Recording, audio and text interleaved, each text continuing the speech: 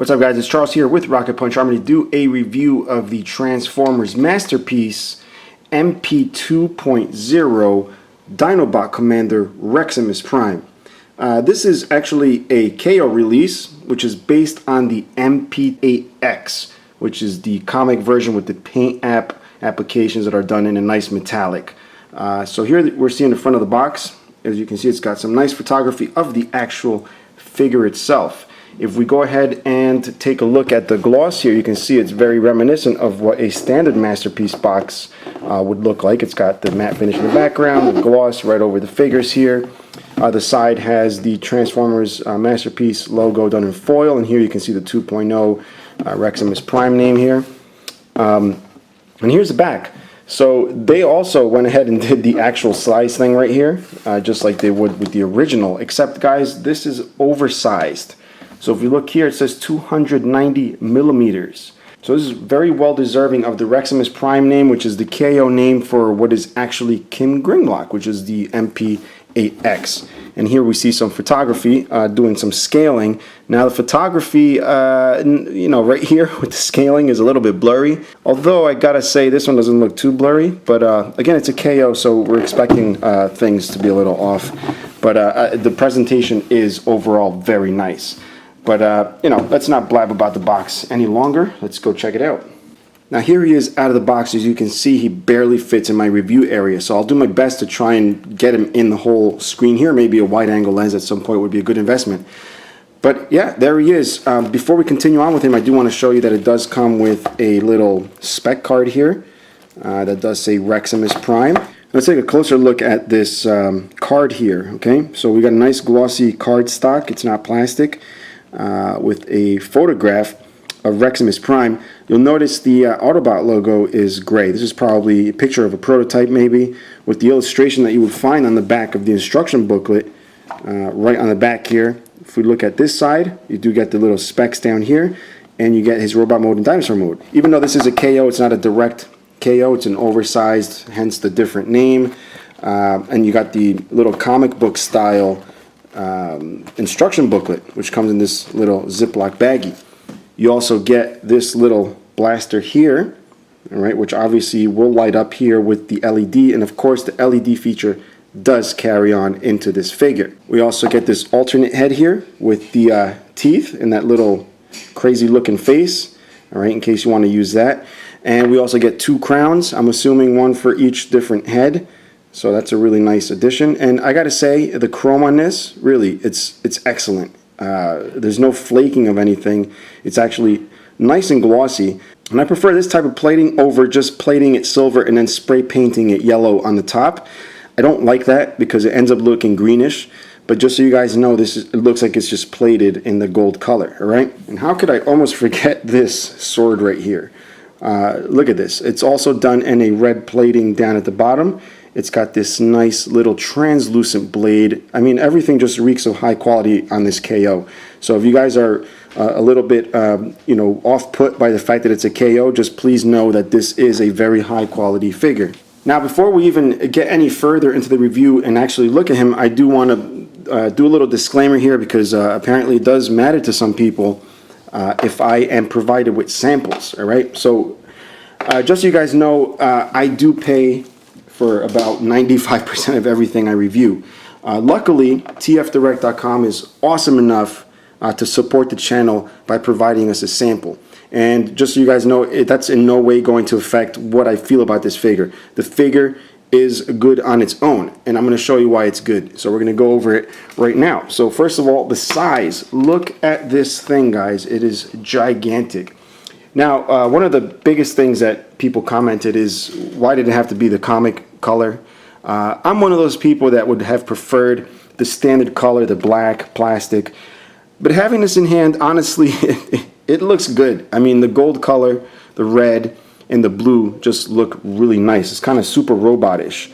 And then, of course, you have the metallic silver paint done on the figure itself, which contrasts very nicely compared to the standard just molded gray plastic of the standard Hasbro figure.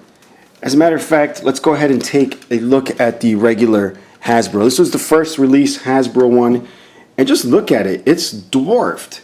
And I always thought this was such a nice size. Not talking about scaling, just talking about actual size, the way it feels in your hand. And look at this thing compared to it. I did have these attachments from the Scoria on the figure, which I think makes them look weird.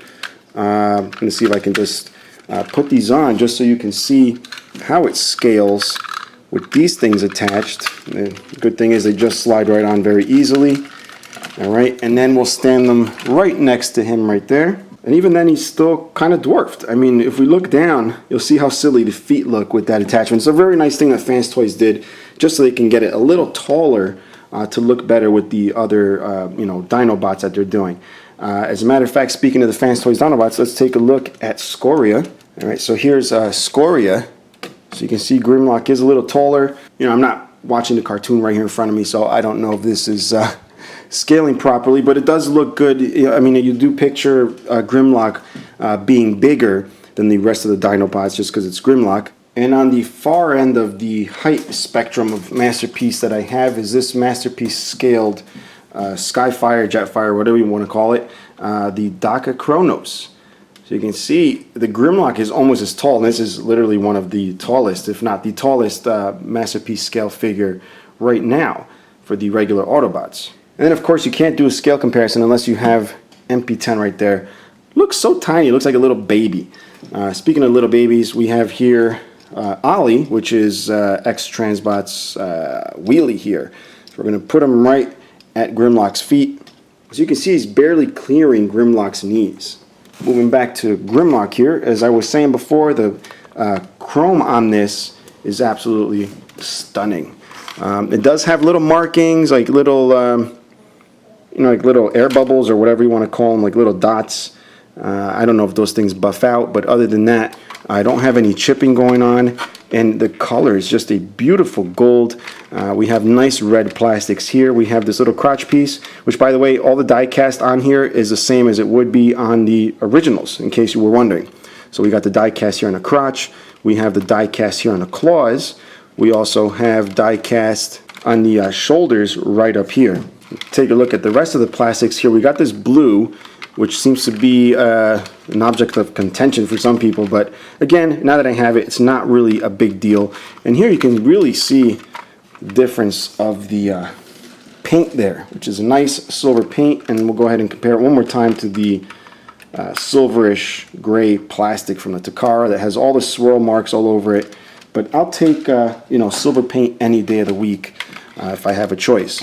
You'll also notice the eyes here are plated red. But if we go back here, there's a little switch thing. If you push it down, you'll notice it's going to change the colors of his eyes to what looks like almost green, but I think it's just the way it's plated. No, it's actually blue. It's not really green. It's more on the greenish side of blue, I guess. And I do dig this little smoked chest piece here, and I like the way the little Autobot logo shines through. And again, getting back to the paint here, I mean, it really gives a lot of depth. And I gotta keep making comparisons because it really has made my Hasbro Grimlock look cheap. Even though it's not bad. I mean, if you like the Grimlock figure, you like it because it's a good figure. But they've just taken it one extra step, because not only did they make it look good and have the same paint apps as the MP-08X, but it's in a larger scale. We're going to put his eyes back to red because that's the way I like it. And we're going to check out articulation. So we have the exact same articulation as the regular Grimlock, but we'll go ahead and show you anyway. We got the head here on a ball joint. You can look up a pretty good amount. Down, it's just going to hit the chest plate here, but he does look around all over. We also have the shoulders here, which are nice beefy ball joints. You'll see that big black ball joint just popped right into that shoulder, and it's nice and tight here.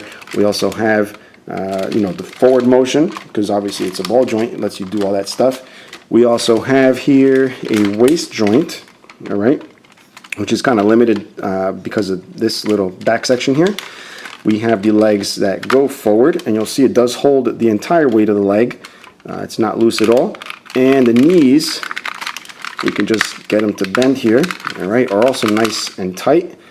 And then we get the feet here, which have a little bit of movement, a little bit of angle going on. And we'll get down here to the elbow, which you can hear has nice strong ratchets. double jointed, and these claws here are very firm, very tight. This almost does not even want to fold down, so I'm not going to really push it. We've got the claw on the back, and we got the masterpiece style hands, which is a little index finger here, the 3 fingers jointed together, and then of course the ball jointed thumb. And it's got a little peg here. We'll also look here on the other side. We do have the little thumb, okay, which is separated, but you'll notice it's making a fist and the fingers don't pop out. And by the way, the hands do swivel about. If we look back here, he does have these panel sections that do ratchet back and forth.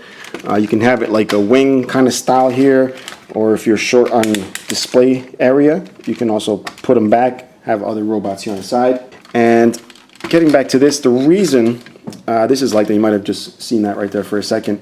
The way it's like that is because of this button back here.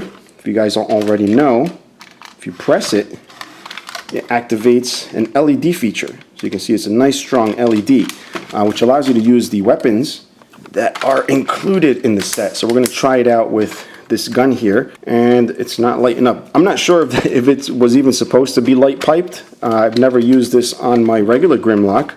Maybe somebody can let me know. But it does have the clear handle, which I find a little bit strange why it's not light piping. Maybe it's not supposed to. You'll see a little peg here and a little peg hole on the top of his hand, which I had showed you previously. If we just put this in his hand, you'll see it pegs right in. And the reason for that peg is because the fingers, since they're articulated, not full articulation, but since they do move open and close, it gives you a way to hold them on securely so that the gun doesn't fall off. But I do know for a fact that the sword here does indeed light pipe. So we're going to put that on. You'll notice the blade is normal. As soon as we put it on, the hand here, you'll see it lights up. It's kind of hard to see with the lights on, so we'll go ahead and shut a couple off here. So you can see it's got that nice effect. Let's see if we can get rid of another lamp here, and maybe another one. All right, so you can see the effect there. It's not as strong as I'd like it. It's probably because I don't have the blade all the way in. So let's try and, it's pretty much the same, but you can see it still lights up almost to the end of the tip here. So very cool little feature. I mentioned he came with the 2 crowns. We're going to use a little smaller one here, and it's actually keyed to the shape of his head. You want this little space here to go to the front of his forehead. So we're going to pop it right on, and it's a nice snug little fit. And that's what it looks like with the crown. Let me make sure I get it all centered. There we go. And then of course he's got this extra head, which using it makes me a little bit lazy to do it, but I will do it. You'll see it's got these 2 holes because you do have to unscrew the original head. So let me see if I can go ahead and get that taken care of for you so we can test it out with the other crown here. Once you undo the 2 screws on the head, you're left with the front part of his head here, and you can see the little mechanism that makes the eyes change color. So we'll set that aside. Grab this face mask. We're just going to push it on there. Oh, yep, sorry, forgot. I guess you have to put this in there to get the eyes. All right, so you can see it's got the blue and the red back and forth, whichever you want. And go ahead and pop it on. All right, so once you have that on, you put the screws on, obviously, and then you grab the bigger opening of the 2 helmets, which is this one here, and it's going to slide right on. I noticed this was a tighter fit, but it will go on. I just want to be careful not to scratch up the gold there. But anyway, that's as far as I want to put it on. But that's what it looks like with the crown here. Now, next obvious step is to get him into dinosaur mode. And to do that, unless you already know how to transform it, I haven't done it in literally 2-3 years, is to look at the instructions. And again, the instruction book is really nicely done. Look at that. It's a really nicely printed piece. It's not one of those cheap wrinkled things they throw into some of the third parties boxes. Now the inside though could use a little help. It just looks like a Xerox copy. I mean, look at that. It definitely looks like a Xerox copy, you know, with the fading over here. But it does the job. It gets you to where you want to be, which is dinosaur mode, or dinosaur mode back to robot mode. But in this instruction book, it only shows from robot mode to dinosaur. And then obviously to get back into robot mode, you do the opposite. All right, so we're going to check that out right now.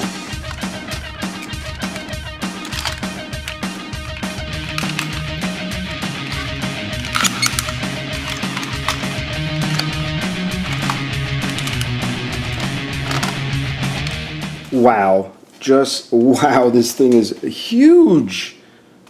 Look at my little hand compared to this. I have huge hands. This thing is absolutely off the wall in terms of weight, size, and everything. I mean, this is so beautifully done for a KO. KOs have always been very well done, in my opinion, but I mean, this is just a step above all those other ones. I mean, to go ahead and take something as awesome as the Masterpiece Grimlock and just upscale it and make it bigger and cheaper, actually, than what these typically would go for. You know, people have paid $300 or more for Grimlocks in the past, you know, aftermarket prices. But look at this. You can have a gigantic Grimlock in your collection. And just look at that. I mean, just let the video speak for itself. Just look at it. It's ginormous. So we're going to get this little guy out of the way because it looks like a baby dinosaur now. And continue on to look at this guy. So he's got everything, you know, just as you would expect from the Grimlock Masterpiece. He's also got the little clear neck here where you can see the little gold pieces underneath. Very nice plastic. He's got nice little metallic bluish green arms here instead of the silver or chrome. Actually, they're silver on my Grimlock. And the individual claws, which are a little tight right now, but they are individual. There you go. You can see them moving. Very nice and tight there.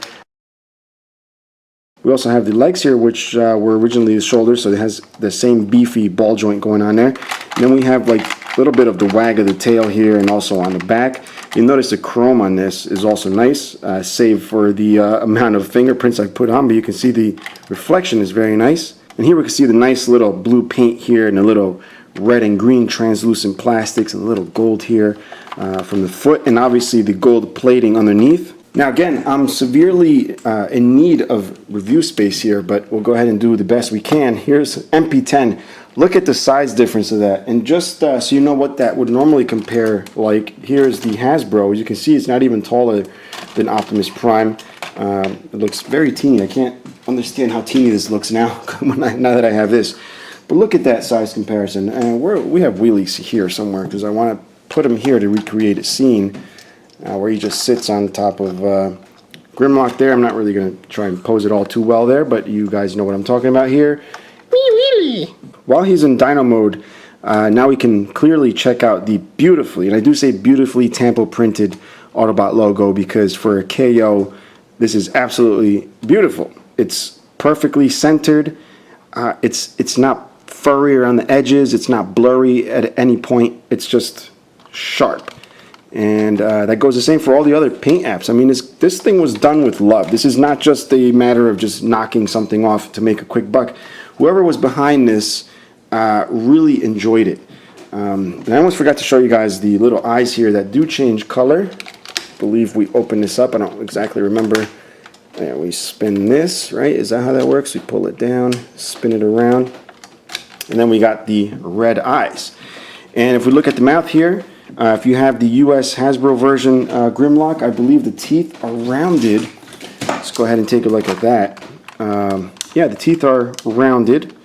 But when we look at this one, the teeth are sharp, just like the Japanese version. So we're going to take a look at that here.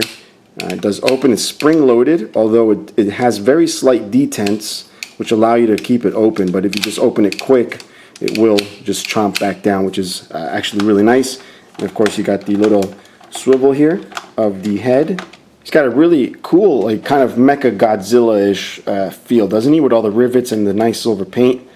But yeah, I'm actually speechless, as you can see. If you want to pick one of these up, please use the link in the description below. Get it at tfdirect.com. Support them. They're really cool. They really take care of this channel when they can. And if you have any questions or comments, anything I missed, anything that you wanted to see, please let me know. If you're enjoying the videos, please subscribe, share with your friends. Just let this channel grow. And yeah, till next time, bye-bye.